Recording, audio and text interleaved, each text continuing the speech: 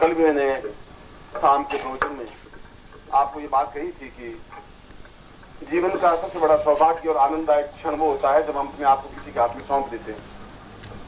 और मैंने इन प्रवचन में आपको यही समझाया कि आपके और भगवती जगदम्बा के बीच में एक कड़ी है, गुरु है, जो अपने आप को जिसके हाथ में अपने हाथ सौंप देते हैं। पंडित एंडरसन ने बहुत अच्छी बात कही है कि जब घोर अंधकार जीवन में छा जाए, कुछ दिखाई नहीं दे कि अब इस विपत्ति में, इस परेशानी में, बाधा में क्या होगा, तब चुपचाप अपना हाथ उस अंधेरे में भगवान के हाथ में सौंप देना चाहिए और निश्चिंत हो जाना चाहिए। जिंदगी में शायद तुमसे ज्यादा विपत्तियां, ज्यादा बाधाएं, ज्यादा अड़चनें, ज्यादा कठिनाइयां मेरी जिंदगी में आई है। ऐसा कई बार हुआ है कि घोर अंधकार गिर गया है और कुछ भी एहसास नहीं हुआ कि अब अगले क्षण क्या होगा। तभी जिंदगी में न विचलित हुआ, न इस बात की परवाह की कि अगले क्षण क्या होगा। और तुम्हें भी मैं वैसा ही एक गुरु के नाते उस अब तो मैं आपको मंत्रों के माध्यम से साथ हूँ, शरीर के साथ में माध्यम से साथ हूँ, जीवन के चिंतन के माध्यम से साथ हूँ, मार्गदर्शक हूँ। कहीं पर भी आवाज है तो मैं दौड़ के आने के लिए तैयार हूँ। आप, मैं खड़ा हूँ, कहीं भी आएंगे तो मैं आपके पास में खड़ा हूँ। मैं तो जिंदगी में शायद मेरी अपेक्षा आप ज्यादा सौभाग्यशाली हैं। आप ज्यादा सौभाग्यशाली इसलिए हैं कि आप अपने गुरु के पास में हैं। मैं भी चाहता हूं कि सारा ताम झाम छोड़ दूं। कई बार चाहता हूं कि ये सब कुछ नहीं है इस जीवन में। जो कुछ मुझे करना था मैं बहुत कुछ कर चुका हूं, जो कुछ करना है वो हो जाएगा। कोई मगर फिर भी एक स्नेह का बंधन आपके मेरे बीच में है कि ऐसा बंधन है जो मैं उदास होता हूं तो आपकी आंखों में झरझर आंसू बहने लग जाते हैं और मैं रस्सियों को, जंजीरों को तो तोड़ सकता हूं पर आपके आंसुओं की जंजीर को नहीं तोड़ सकता। वो संभव नहीं मेरे लिए। और मैं और ज्यादा व्यथित हो जाता हूं कि मैं किस तरीके से आपके चेहरे पर मुस्कुराहट लाऊं, क्या तरीका करूं। अगर मैं अपने आप को लुटा करके भी और अपने आप को सब कुछ दे करके भी आपके चेहरे पर मुस्कुराहट ला सकूं तो मेरी जिंदगी का तो बहुत बड़ा एक स्वर्णिम क्षण होगा। ऐसा ही चिंतन आपके प्रति रहता है, हर क्षण ऐसा चिंतन रहता है, हर क्षण ऐसा विचार रहता है। कभी मैं आपसे अलग तो हो ही नहीं सकता। न सन्यासी शिष्यों से अलग हुआ। आज भी रात्रि को साधना काल में निश्चय ही मैं उनके पास जाता ही हूँ। उनका दुख दर्द सुनता हूँ, तकलीफ सुनता हूँ, उनसे बातचीत करता हूँ, उनकी समस्याओं का समाधान करता हूँ, साधना की समस्याओं का समाधान करता हूँ। और वे भी उतने ही व्यथित हैं। उनकी आंखों में भी वैसे ही आंसू हैं जैसे आपकी आंखों में आंसू हैं। वे भी जब मैं वापस रवाना होता हूँ तो शायद बहुत ज्यादा भाव विफल हो जाते हैं, सुबकियां लेने लग जाते हैं, चरणों को पकड़ लेते हैं और शायद अपने आप को तोड़ देते हैं। वो कहते हैं कि ऐसा आप आए और 2-3 घंटों में चले जाएं तो कुछ अभी तो देखा ही नहीं आपको ढंग से। उन लोगों का भी बहुत प्यार, बहुत स्नेह, बहुत अपनत्व, बहुत अटैचमेंट मेरी जिंदगी में रहा है। मैंने भी उनको बहुत जिंदगी में देने की क्रिया की है। आपके प्रति भी मेरा बहुत अधिक प्यार है, शायद इतना अधिक है कि मैं जब आपको देखता हूँ तो प्रसन्न होता हूँ, आह्लादकारक होता हूँ। इस बीच में सैकड़ों गालियां, सैकड़ों अपमान, सैकड़ों तकलीफें, सैकड़ों बाधाएं आती, हजार आपके मेरे बीच में ऑब्स्टिकल्स पैदा करने वाले हैं। फिर भी जो जीवन का लक्ष्य है, मेरे जीवन का लक्ष्य यही है कि मैं शिष्यों में और शिष्यों के हृदय में व्याप्त हो जाऊं। एक एक हृदय में मैं बैठा हूं, जब वो गर्दन झुकाएं मैं उनको दिखाई दूं। ऐसा मेरे जीवन की चिंतन रहता है।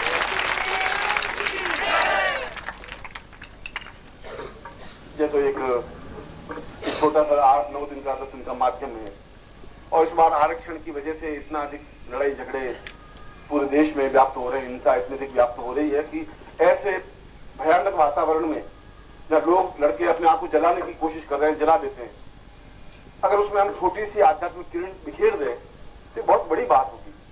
उस भौतिकता में और इस अंधकार में जहां चारों तरफ लूट मार, बसें जलाई जा रही है, ट्रेन जलाई जा रही है, बम छोड़े जा रहे हैं, गोलियों से लोगों को भूले जा रहे हैं और सत्यानाश किया जा रहा है उस संपत्ति का। और युवकों ने जो अपने आप को आत्मदाह किए हैं, जब उनको देखते हैं तो वो किसी का भाई होगा, किसी का बेटा होगा, किसी का संबंधी होगा, किसी की माँ की आंखों का तारा होगा। कल्पना करो कि वो जब जल जाते हैं, वो अपने आप को दाह कर लेते हैं, तो जरूर इस देश पर कोई कोई आने वाली विपत्ति अवश्य है। आने वाला समय बहुत अधिक कठिन और दुखदायक है। ये सब संकेत है। ये संकेत इस बात के हैं कि आने वाला समय भारतवर्ष का बहुत ज्यादा अच्छा नहीं है, अनुकूल नहीं है। जब नई पीढ़ी नया खून जलाने लग जाए अपने आप को, तब जिंदगी का और देश का भविष्य बहुत ज्यादा सुरक्षित नहीं रह सकता। उनकी बातें सुन करके मन को बड़ा क्षोभ होता है कि उनके घर में अध्यात्म का वातावरण नहीं रहा, इसलिए ये सब कुछ हो रहा है। उन लड़कों में हिंसा की भावना इसलिए आ रही है कि उनके माँ बाप उस प्रकार का वातावरण दे नहीं पाए। एक भौतिक वातावरण तो जरूर दे पाए, एक उनको टेलीविजन और टेप रिकॉर्डर तो लाके दे सके, गाने तो लाके दे सके, टेलीविजन से उनको वो चित्र तो दिखा सके, मगर जो पूजा पाठ, एक चिंतन, एक विचार, एक धारणा, किसी के प्रति अपने आप को समर्पण करने की क्रिया, मैं किसी का हूं, प्रभु मेरे सामने है, ऐसा चिंतन दे नहीं पाए, इसलिए हिंसा का वातावरण। और ऐसे घनघोर हिंसा के वातावरण में हमने 9 दिन तक एक दिया जलाया है, हमने एक चेतना दी, और यह चेतना आप अपने घर में जलाएं, तब इस जिंदगी का सार्थक होगा। साधक का मतलब ये नहीं कि आप साधक बने, साधक का मतलब है कि उन भौतिकमय व्यक्तियों को आप साधनात्मक ज्ञान चिंतन दें, और देने में बहुत गालियां आपको मिलेंगी। मैं तो आपको पहले ही कहता हूं, जब आप पड़ोसी को समझाएंगे तो पड़ोसी 5 गाली आपको देंगे, 10 गाली देंगे, और वे गाली आप खाएं। मैं कह रहा हूं आप उन गालियों को खाएं, खाने के बाद भी उनके हृदय में दीपक लगाएं तो उनके बच्चे जलेंगे नहीं, दीपक लगाएं तो उनका घर जलेगा नहीं। अगर दीपक लगाएं गाली देने के बाद भी उनका जिंदगी बर्बाद, सत्यानाश नहीं हो पाएगा। ऐसा करना तो निरूपकों के प्रति भी हमारे कर्तव्य है, हमारे प्रति भी हमारा कर्तव्य है, जीवन के प्रति भी हमारा कर्तव्य है। हम केवल अपने लिए ही नहीं जी रहे हैं। ग्वालियर में आत्मदाह कर दिया, दिल्ली में आत्मदाह कर दिया, जयपुर में कल 4 लोगों ने आत्मदाह कर दिया। अपने आप को जलाना बहुत, उंगली जल जाती है तो कितनी वेदना, कितना दुख होता है। आप कल्पना करें उसकी माँ की क्या स्थिति रही होगी, मगर माँ की स्थिति इसलिए रही कि माँ ने कभी पूजन पाठ में ध्यान दिया नहीं। माँ ने ऐसा नहीं बताया कि तुम्हें चिंता करने की जरूरत नहीं, प्रभु है। उनका विश्वास संबल टूट गया, आधार टूट गया, उनको कोई मार्गदर्शक नहीं रहा, उनकी जिंदगी में कोई गुरु रहा नहीं तो वो पूछते क्या करना चाहिए, कैसा करना चाहिए। ऐसा जिंदगी में एक माहौल नहीं बन सका, उनके घर का वातावरण नहीं बन सका, एक छलमय वातावरण बन सका, झूठ बन सका, कपट बन सका, व्यभिचार बन सका, ऐसा बन सका। और मैंने कल भी आपको प्रवचन में परसों बात कही थी कि जब बुद्ध ने पहला प्रवचन दिया तो पेड़ पौधों को प्रवचन दिया। आदमी सुनने के लिए तैयार नहीं था, उस समय भी तैयार नहीं था, आज भी तैयार नहीं है। अच्छी बात कोई नहीं सुन सकता, मगर अच्छी बात के लिए जिंदा रहना और अच्छी बात के लिए जीवन को समर्पित करना जिंदगी है, वह पूर्णता है। पूर्णता यह नहीं है कि आप उस भक्ति जगदम्बा के दर्शन कर लें, पूर्णता यह है कि आप और 5, 7, 10 लोगों के हृदय में चेतना पैदा कर सकें। और करने के लिए अगर आप अपने 40 साल की उम्र में, 45 साल की उम्र में 5 व्यक्ति नहीं निकाल सकते आप कि जो आपका कहना माने और शिविर में चले जाए। 5 व्यक्ति भी आपके नहीं है। ये आपकी पराकाष्ठा, ये आपका चिंतन है कि कितने आपके परिचित बन सके, कितने आपके घनिष्ठ बन सके। जो आपकी आज्ञा पे ठंडा होने के लिए तैयार हो है ही नहीं। इसलिए कि आपके अंदर एक संबल नहीं है, साहस नहीं है, क्रमणता नहीं है, चिंता नहीं है। और यदि मैंने पूरे भारतवर्ष में हजारों व्यक्तियों को तैयार किया है तो आपसे ज्यादा गालियां खाई होंगी, मैंने ज्यादा दुख देखे होंगे, ज्यादा भागदौड़ की होगी, शरीर को चिंतित जलाया होगा, तब इस प्रकार की स्थितियां बनी है कि वे एक इशारे पर मन मिटने के तैयार हैं, तब उनकी आंखों में आंसू बहते हैं, तब वो हृदय विफल होते हैं, तब वे आपके चरणों में निपटते हैं। क्योंकि मैंने देने की कोशिश की है, देने की कोशिश आपको भी करनी पड़ेगी। और मेरे साथ तो कोई है नहीं, मैं तो बिल्कुल अकेला उस धर्म क्षेत्र में युद्ध करता रहा, जूझता रहा। आज भी अगर देखा जाए तो 9 दिनों में मेरे चेहरे पर एक तनाव रहा, एक बहुत बड़ी एक वेदना सी रही। हर क्षण में अपने आप को काटता रहा और मुस्कुरा देता रहा, खिलखिलाता रहा, हंसता रहा, अपनी बात तुम तक पहुंचाता रहा, जीवन की एक सार में देता रहा। मगर इस प्रकार का व्यक्ति जो एक गीता पर या तो जिंदगी भर लोग पाठ करते हैं, कोई व्यक्ति होता है पूरा रामायण, बस रामायण का पाठ करते रहते हैं, जिंदगी भर रामायण को घसीटते रहते हैं। अब लोग महाराज है तो महाभारत को पढ़ लेंगे और कुछ सागर को जिंदगी भर घसीटते रहेंगे। मुरारी बापू है तो रामायण के अलावा कुछ बोल नहीं सकते। मगर एक व्यक्ति हजारों वेदों, पुराणों, उपनिषदों और शास्त्रों का उद्धरण दे, इतने बड़े ज्ञान और चेतना को पूरे अपने आप में संजो दे, ये मामूली बात नहीं होती। इससे हम पहचान सकते हैं कि स्थिति क्या है, चिंतन क्या है, कौन क्या है। हम 20 पन्ने अगर मौखिक याद करें तो शायद हमें 5 साल लग जाते हैं। 20 पन्ने मौखिक कंठस्थ नहीं कर सकते, और करोड़ों पन्ने अगर इसके कंठस्थ हों, जिनके पास शास्त्रों का जहां उदाहरण देना होगा शास्त्र का उदाहरण दे सके, गीता का दे सके, या जितने उपनिषद है उनका उदाहरण दे सके, या वेदों का दे सके, तभी अगर आपकी आंख नहीं खुल सके, तभी आप नहीं पहचान सके, तभी आप अपने आप को सूची नहीं बना सके, तभी उनके चरणों का लाभ नहीं उठा सके, तभी आपकी व्यवस्थाएं और आपका स्वार्थ और आपका छल और आपका झूठ आपके मेरे बीच में एक कड़िया डाल के बैठ जाए, तो इससे बड़ा दुर्भाग्य फिर आपकी जिंदगी में कुछ नहीं हो सकता। फिर जिंदगी का कोई मकसद नहीं रह पाएगा। आपके आत्मचक्षु खुल पाएंगे, कब मैं कब तक अपनी बात कहूंगा, कब तक आप एकदम से एहसास करेंगे कि कोई है ऐसा है जो अपने आप में अद्वितीय है। और कल भी मैंने कहा कि प्रकृति 1000 साल की तपस्या करने के बाद एक व्यक्ति को पैदा कर सकती है। ऐसे छोटे मोटे गीदड़ सियार तो करोड़ों पैदा होते हैं पूरे शेर की जिंदगी में, और शेरनी अपनी पूरी जिंदगी में केवल एक संतान पैदा करती है। एक संतान पैदा करती है, शेरनी मर जाती है। 1000 शेर पैदा नहीं होते, एक शेर के 5-5 बच्चे पैदा नहीं होते, केवल एक शेर पैदा होता है। गीदड़ तो 5-5 बच्चे एक साथ पैदा होते हैं। कभी आपको बहुत ठंडे दिमाग से सोचना चाहिए कि हमें जीवन की एक अपॉर्चुनिटी मिली है, जीवन का एक अवसर मिला है, एक मौका मिला है, हमें मिला है कि हम कहीं पास बैठ सके, हम मौका मिला है कि हम कुछ लाभ उठा सके, हम जीवन को अद्वितीयता प्राप्त कर सके। मैं तुम्हें कह रहा हूं कि मैं तो तुम्हें आध्यात्मिकता देना चाहता हूं, उसके साथ साथ पूर्ण भौतिकता भी देना चाहता हूं, मगर आप मेरे बन तो सके, आप मेरे सीने के पास तो आ सके, आप मेरे हृदय में बैठ तो सके, आप भुजाओं से मुझे भर तो सके, आप मेरे चरणों में लिपट तो सके, कुछ ऐसा तो करें जो मैं आपको अपना कह सकूं, ऐसी तो बात हो सके। और ऐसा हो सके तो जिंदगी में आपकी कमी रह ही नहीं सकती, संभव भी नहीं है।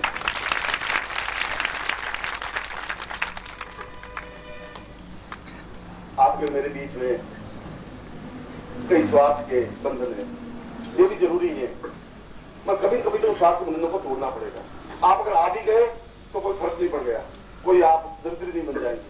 आप नहीं आते तो 5 लाख रुपए इकट्ठा नहीं कर पाते। यह तो एक मन की भावना है कि मतलब मैं जा रहा हूं 300 रुपए खर्च हो गया या 1000 रुपया खर्च हो गया।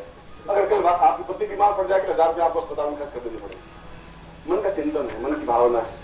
खैर मैं तो अपनी वाणी, अपना चिंतन जीवन के अंतिम क्षण तक भी कहता ही रहूंगा। सुनने शिष्यों को भी, आपको भी, उन ऋषियों को भी, उन योगियों को भी, सिद्धाश्रम के उन साधकों को भी मैं उनको भी कहता हूं जो आज 1200 वर्षों के हैं, 1500 वर्षों के हैं, 800 वर्षों की आयु प्राप्त योगी है। मैं उनको भी कहता हूं तुम बेकार हो, तुम्हारी जिंदगी का कोई मकसद नहीं है, तुम्हारी जिंदगी का कोई ध्येय है ही नहीं। तुम क्या जिंदगी में तुम क्या कर सकते हो जो संघर्ष नहीं कर सकता, जो तुम्हारा ज्ञान, तुम्हारी सुगंध, तुम्हारा सौरभ अगर ग्रस्त शिष्यों को नहीं प्राप्त हो सकता तो यहाँ उस सिद्धार्थ में गुफा में बैठने से क्या फायदा होगा। तुमने 1200 साल की आयु ली, क्या हुआ उससे? शांत भी 500 साल की आयु ले लेता है। उनको बहुत दिलमिलाप होती है, बहुत गुस्सा होता है, बहुत मन में एक छटपटाहट होती है कि ऐसा कहा। उनका ये हकीकत ऐसा है, तुम्हारा ज्ञान कोई लाभ नहीं है, जो ज्ञान दूसरों को बांट नहीं सके उस ज्ञान का मकसद नहीं है। वो कहते हैं कि बहुत गृहस्थ घटिया है, लोग हैं, ऐसा है, गालियां देंगे, लेकिन कुछ उनको दे ही रहे। आप लेने की क्षमता होनी चाहिए, वे दे आपने, फिर भी आप अपनी चीज देते रहे। इसलिए मैंने 21 अप्रैल को अपने बर्थडे पर, जन्मदिन पर मैंने एक बात कही थी। मैंने ये बात कही थी कि मेरा परिचय ज्योतिषी के रूप में नहीं हो सकता, मेरा परिचय कोई पत्रिका का संपादक के रूप में नहीं हो सकता। ज्योतिष पर भी काम किया है, वैदिक विधि पर काम किया है, आयुर्वेद पर भी काम किया है, मंत्रों पर भी किया है, तंत्र पर भी किया है, योग पर भी किया है, दर्शन पर भी किया है, मीमांसा पर भी किया है, नए उपनिषदों की रचना भी की है और उपनिषदों के सारभूत को भी ग्रहण किया। ये सब कुछ मैंने लिखा है, गजल भी गाई है, गजल भी लिखी है, कविता भी लिखी है, शेर शायरी भी की है, लिखी है। और तुमसे मैं ज्यादा हारमोनियम अच्छा बजा सकता हूँ, तुमसे ज्यादा अच्छा गा सकता हूँ, तुमसे ज्यादा अच्छा नाच सकता हूँ। ये सब कुछ करने के बाद भी मैंने उनको ये कहा था उस दिन की, इन शब्दों से, इन चीजों से मेरा परिचय नहीं बन सकता। मैं तो सही अर्थों में एक विद्रोही व्यक्तित्व हूँ। जहाँ पाखंड होगा, जहाँ छल होगा, जहाँ झूठ होगा, जहाँ भाव होगा, जहाँ कपट होगा, मैं प्रार नहीं करूंगा और करता हूँ, और बहुत तेजी के साथ करता हूँ। और ओंकारेश्वर गया तो मैं अपने पड़ोस में बोल रहा था कि ये पंडित बैठे हुए मंदिर में, इन पंडितों को कोई ज्ञान नहीं है, इनको मंत्र नहीं आते, ये जो वेद का सही ढंग से उच्चारण नहीं कर पाते, वे बहुत सुन रहे थे। और कहा भी आपको माइक से तो नहीं बोलना चाहिए था, सब आपने जिंदगी बर्बाद कर दी हमारी, तो आपको ऐसा नहीं करना चाहिए था, लेकिन मुझे ऐसा जरूर करना चाहिए था। अगर मैं ही नहीं करूंगा तो फिर कौन करेगा? आपको आता ही नहीं है, आप मंत्र का उच्चारण नहीं कर सकते, आप केवल रिपीट कर सकते हैं। जब काशी में गया तो काशी के पंडितों का मैंने कहा तुम्हें जो शास्त्रार्थ करना है तो फिर आइए, जो आपको जूझना है आपको बिल्कुल आता नहीं। और वे काशी के 10, 15, 20 पंडित इकट्ठे होकर के आए और उन्होंने कहा कि आप शास्त्रार्थ करिए। तो शास्त्रार्थ को तैयार, शास्त्रार्थ तो आप मुझसे करिए, क्या करना है आपको, जिस विषय पर बोलना मैं तो तैयार हूँ। आप आयुर्वेद पर, मीमांसा पर, उपनिषद पर, वेद पर, ऋग्वेद पर, जहां जो कुछ बोलना चाहे आप बोलिए, मैं जवाब दूं और मैं आपसे शास्त्रार्थ करूं। और काशी में जो भी जाए बस एक बात पूंछ पकड़ी हुई, शास्त्रार्थ करना। इससे पहले के सन्यासी जीवन में भी गया था मैं, क्योंकि पहली बार काशी तो मैं कम से कम 50 बार गया हूँ। और पहले भी उन पंडितों ने जहां मंच से मैं बोल रहा था, मैंने कहा ये सब पंडित पाखंडी हैं, इसलिए पाखंडी है इनको ढोंगे। ये एक आटे की गाय बना देते हैं, आटे की गाय को पूंछ पकड़ा देते हैं, चल बच्चे तू अपना वेतन पार कर लेगा, और 5 रुपए में गाय से वेतन पार करवा देते हैं। और आटे की गाय से वेतन पार हो जाएगी तो फिर मैं घर में 2 किलो आटे का गाय बना दूंगा तो जल्दी से पहुंच जाएगा। तो आटे की गाय से वेतन कैसे पार होगी? उन लोगों को ठगने से, उन लोगों को मूर्ख बनाने से क्या फायदा होगा? और इसका परिणाम ये हुआ कि मंच पर लठित आए, 15-20 लाख मेरे खोपड़ी मार करके बहुत पसंद हो गई, चलो इस सन्यासी को मार उठाया और नदी में फेंक दिया। और जिसके घर में ठहरा हुआ था बेचारे ने रात को मुझे हल्दी पिलाई, दूध पिलाया, हल्दी में मिला करके, रात भर बेचारे पट्टियां बांधी, सेवा की। 3 दिन का मंच था, 3 दिन का वो अभिवेदन था, 3 दिन दूसरे दिन फिर जब पंडित लोग वहां इकट्ठे प्रवचन करने जा रहे थे, मैं फिर वहां मंच पर बैठा हुआ था पट्टियां बांधी हुई। मैं कहा मुझे मार करके, आप लाठों से मार करके मेरे ज्ञान में नहीं तोड़ सकते, ऐसा आप मेरा बिगाड़ नहीं सकते, कुछ नहीं हो सकता, मृत्यु तो हो सकती है मेरी, और आप मुझे दबोच नहीं सकते, खत्म नहीं कर सकते। इस बात की मैंने कभी परवाह की नहीं। इस बात जब पंडित ने कहा कि हम तो आपसे साथ करेंगे, मैंने कहा शर्त एक ही रहेगी और कोई शर्त नहीं। उन्होंने कहा आज तक 100 साल के इतिहास में हमने काशी में यज्ञ होने ही नहीं दिया, क्योंकि हमने शास्त्रार्थ किया, हम काशी में यज्ञ नहीं होने देंगे। मैं काशी में तो यज्ञ आया हूं तो जरूर करूंगा, इसको तो आप नहीं रोक सकते। मगर आप क्यों नहीं? हमने मालवी जी को यज्ञ नहीं करने दिया, हमने गर्भपात जी को यज्ञ नहीं करने दिया, शास्त्रार्थ करेंगे। मैं शास्त्रार्थ तो मैं आपसे करने को तैयार हूं, शर्त एक ही है कि अगर मैं हार जाऊं तो आप मेरे गले में पट्टा बांध दें और रस्सी से मुझे खींचते हुए गलियों में घुमाएं। मैं घूमने के लिए तैयार हूं, पूरी गलियों में, काशी की गलियों में चक्कर लगवाएं कि ये शास्त्र करा था, हार गया। और यदि आप हार गए तो आप सबके गले में पट्टे बांध के मैं गलियों में घुमाऊंगा जरूर। मेरे शिष्य यहाँ 2000 आए हुए, छोड़ूंगा मैं आपको नहीं। सब इतनी है, आपको शर्त आपकी मेरे बीच में नहीं रहेगी। कल शाम को आएंगे, शाम को सुबह जब भी आना आप आइए। यहाँ सब इसमें से आधे लोग वहां बैठे हुए थे, जो बैठे हैं फिर आधे लोग वहां थे काफी में। शाम को पंडित आएगी, उनको चाहिए आदमी सारा खतरनाक, ये जरूर पट्टे बांधेगा, ये घुमाएगा गलियों में, रोटी रोटी खत्म हो जाएगी। दूसरे दिन मुझे कहा कि आप संस्कृत में बोलिए। मैं हिंदी में बोलने लगा तो मुझे कहा आप संस्कृत में बोलिए। मैंने कहा भगवान राम की संस्कृत में तो बोले नहीं थे, वो हिंदी नहीं बोले, प्राकृत में बोले थे, पाली में बोले। कृष्ण भी अपनी पूरी जिंदगी में कोई संस्कृत में बोले ही नहीं, बुद्ध भी नहीं बोले, महावीर भी नहीं बोले। अगर उनकी वाणी आम जनता सुन ली तो फिर मेरी वाणी आम जनता हिंदी में क्यों नहीं सुन पाई? क्या तकलीफ है? संस्कृत में बोलने से क्या होगा? और आप कहते हैं संस्कृत में बोलने को तैयार हूं। और मैंने कहा मैं केवल 5 मिनट बोलता हूँ। उसमें कम से कम 20 पंडित प्रवचन में बैठे, 1-2 नहीं, एक सीआईडी करने के लिए कि भाई क्या पंडित जी बोलते हैं, गुरु जी क्या करें, और हम बीच में विघ्न डाले, हम खड़े हों कुछ पूछें। 5 मिनट संस्कृत बोला, वो समझ गया कि संस्कृत से भी जीतना तो बहुत भारी पड़ेगा, इनसे जीत सकेंगे नहीं। फिर वो आए नहीं, 3 दिन बराबर यज्ञ हुआ, सही हुआ। ऐसा मेरा कोई धर्म मान्यता नहीं है। मैं तुम्हें ये कह रहा हूं तुम्हारा शिष्य कमजोर और कायर नहीं, मैं तुम्हें वो बात बता रहा हूं। वो अपना आप शक्तिमान है, क्षमतावान है, मैं तुम्हारे साथ में हूं, फिर तुम्हें दुनिया में कहीं चिंता करने की जरूरत नहीं है। और मुझसे दिखा रहा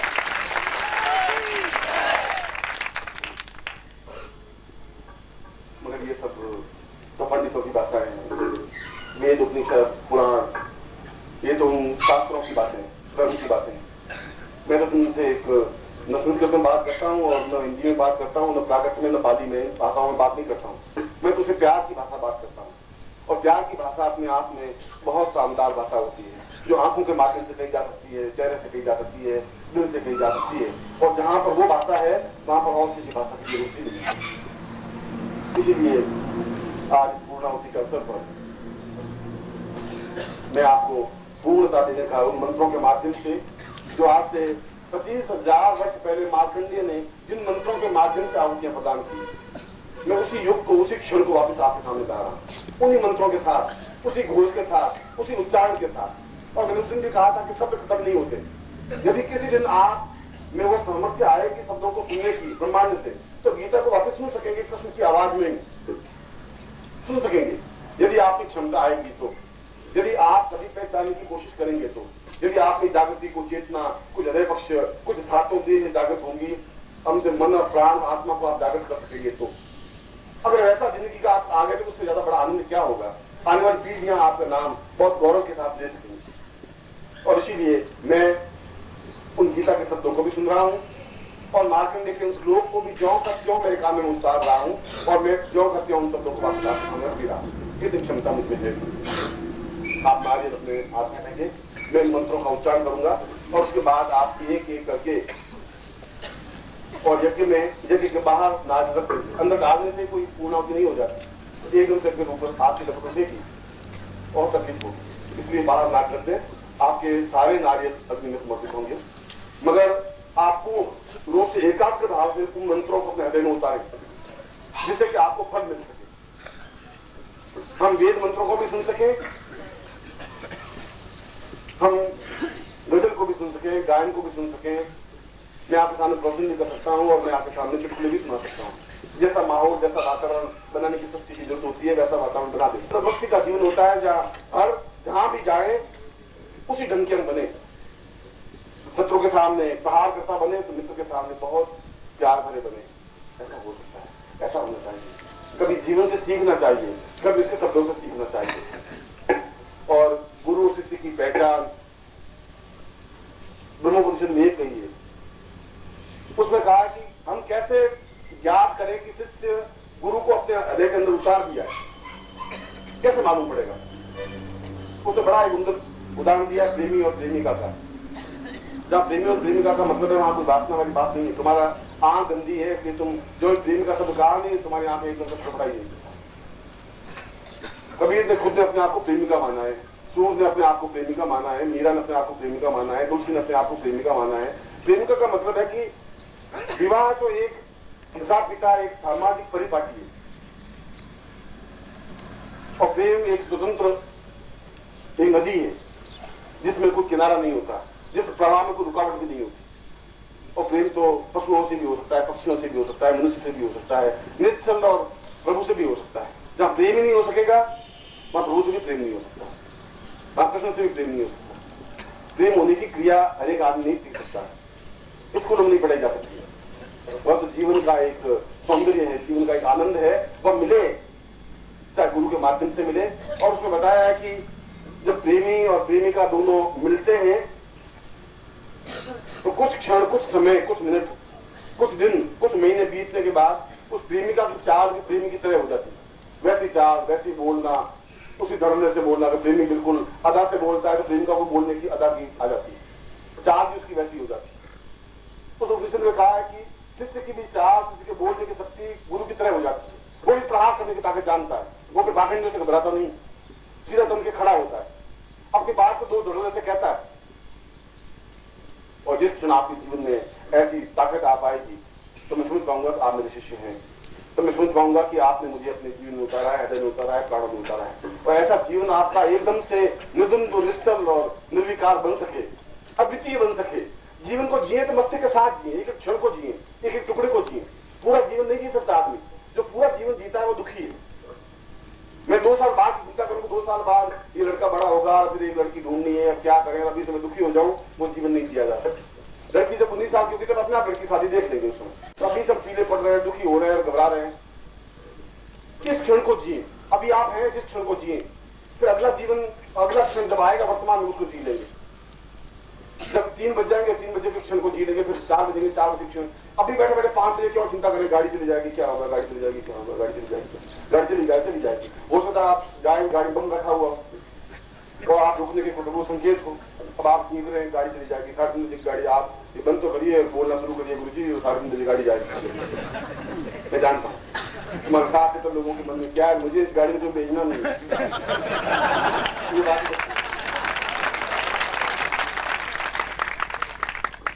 लखन बहुत अच्छी लोग जानता हूँ। देखते हैं तुम्हें, मैं धैर्य रोज सीखता रहा, तुम्हें धैर्य है नहीं है, क्या है क्या नहीं, वो देख रहा था। आप आने देकर मैं अपना आए हैं आप मेरे यहाँ, आप तो मेहमान हैं, अतिथि हैं, अभी तक तो सीखते थे। आप लड़की की शादी में आए, खाना वाना खाइए, आराम से चले जाइए। ऐसा क्या है, जाना ही है, 1-2 दिन और रही है, भाग दौड़ है तो क्या है। यहाँ भगवान के पास भंडारा पूरा है, भंडारे की चिंता है नहीं, और बनाने वाले पूरे, और आप में ही शक्ति होनी चाहिए कि साथ बात में तो यही रहेंगे। ऐसी ना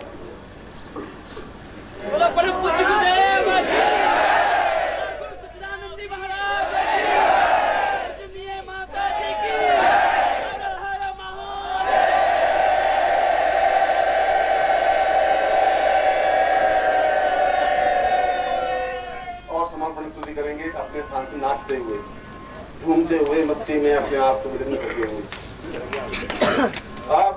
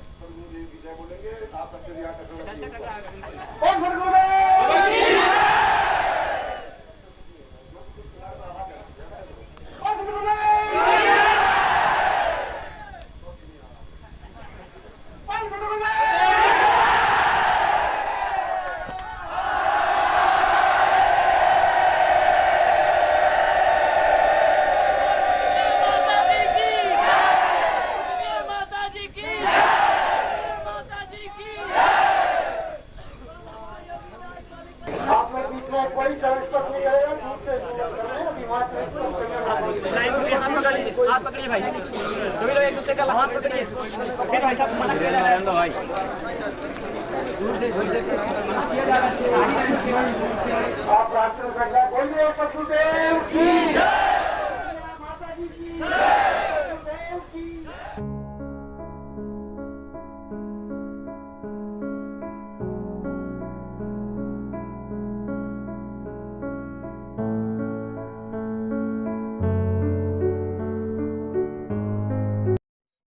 ओम परम तत्वाय नारायणाय गुरुभ्यो नमः। ओम ह्रीं मम प्राण देह रोम प्रतिरोम चैतन्य जाग्रय ह्रीं ओम नमः। ओम भूर्भुवः स्वः तत्सवितुर्वरेण्यं भर्गो देवस्य धीमहि धियो यो नः प्रचोदयात्।